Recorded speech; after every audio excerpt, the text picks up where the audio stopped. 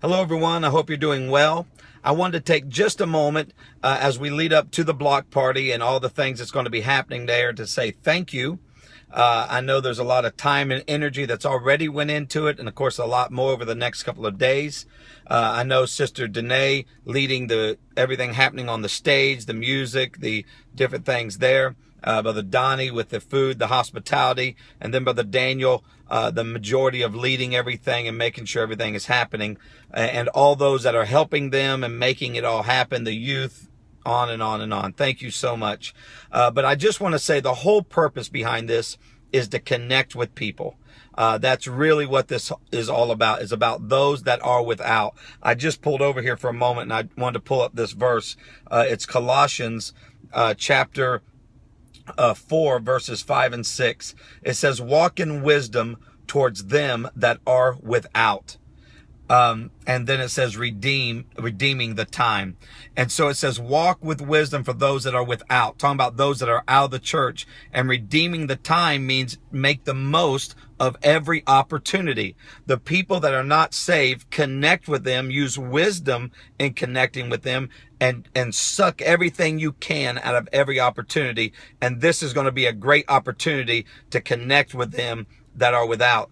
And that verse goes on to say, the next verse 6, it says, let your speech be always with grace, seasoned with salt, that ye may know how ye ought to answer every man.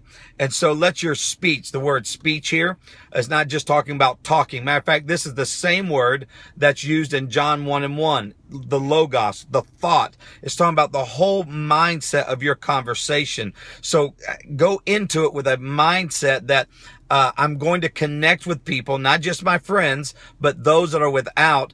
And so I'm going to put my mind, my thoughts on what I'm going to say. And so I want my speech, my thought process of this conversation to be with grace. Grace, we talk about God giving us undeserved favor. That's what we're doing with other people. We are having conversations with them, and maybe they don't deserve all the time and energy. We didn't deserve it either, but we're going to be graceful and gracious, I should say, with how we reach out and we go beyond ourselves to connect with people. And then it says season with salt, and having some flavor in it, having some discussions that's going to move beyond the surface. Salt, you have to dig down to do it. It starts on the surface. You got to break up the soil, but you want that depth of the conversation. And it says that we may know how to answer every man. A good conversation is not just you talking, but it's listening, knowing how to answer back, knowing how to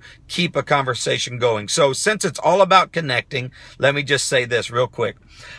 First of all, you've got to connect with people. We talk about 3D living, dare to step out, develop a friendship, discern the next step. Well, if you're going to connect with people, you need to do it quickly.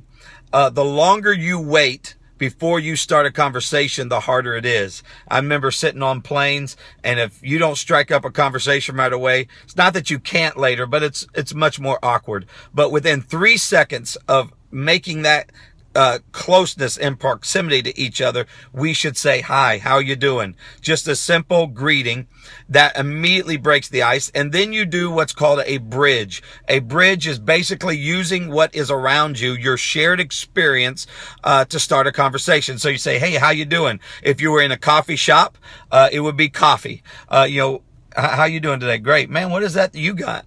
That's the bridge. You're out there at the block party. They're children. That's what's happening. The day, it's a beautiful day. We're outside.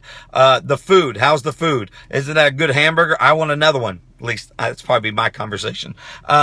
You have all these conversations going on, but you use the bridge, a shared experience. So make a contact, talk about what's going on around you, and just get into that conversation. But the main thing is we're not here to fellowship with each other necessarily. Not saying we can't talk to each other, but that's not our purpose. Our purpose is to connect with other people. So make sure you're focused on it. And when you look at the verses above these scriptures in Colossians 4 here, he's saying, continue to pray for me.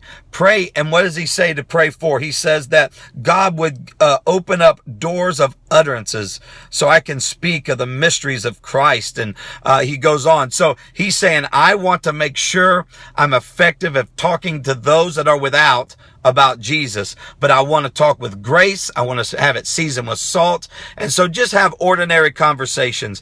Ordinary things lead to extraordinary things. That's exactly what happened with Paul when he was called the Macedonian call. When he showed up to that city, no one was talking to him for a number of days and maybe even weeks. But one day he went down by the river where they were washing clothes. Nothing much more ordinary than washing clothes. But during that conversation, all of a sudden Lydia came into the church and miraculous things began to happen. So take time, connect with people.